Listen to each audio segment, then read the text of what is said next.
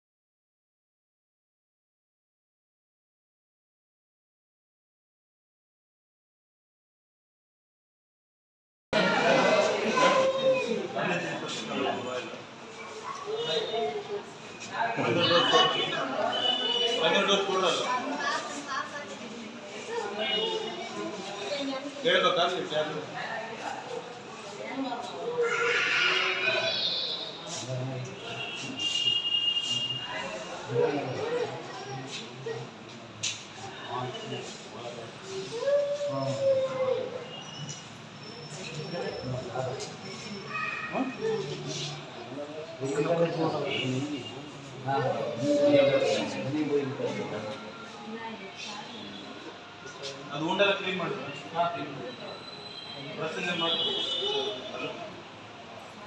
ಅದೊಂದು regular injection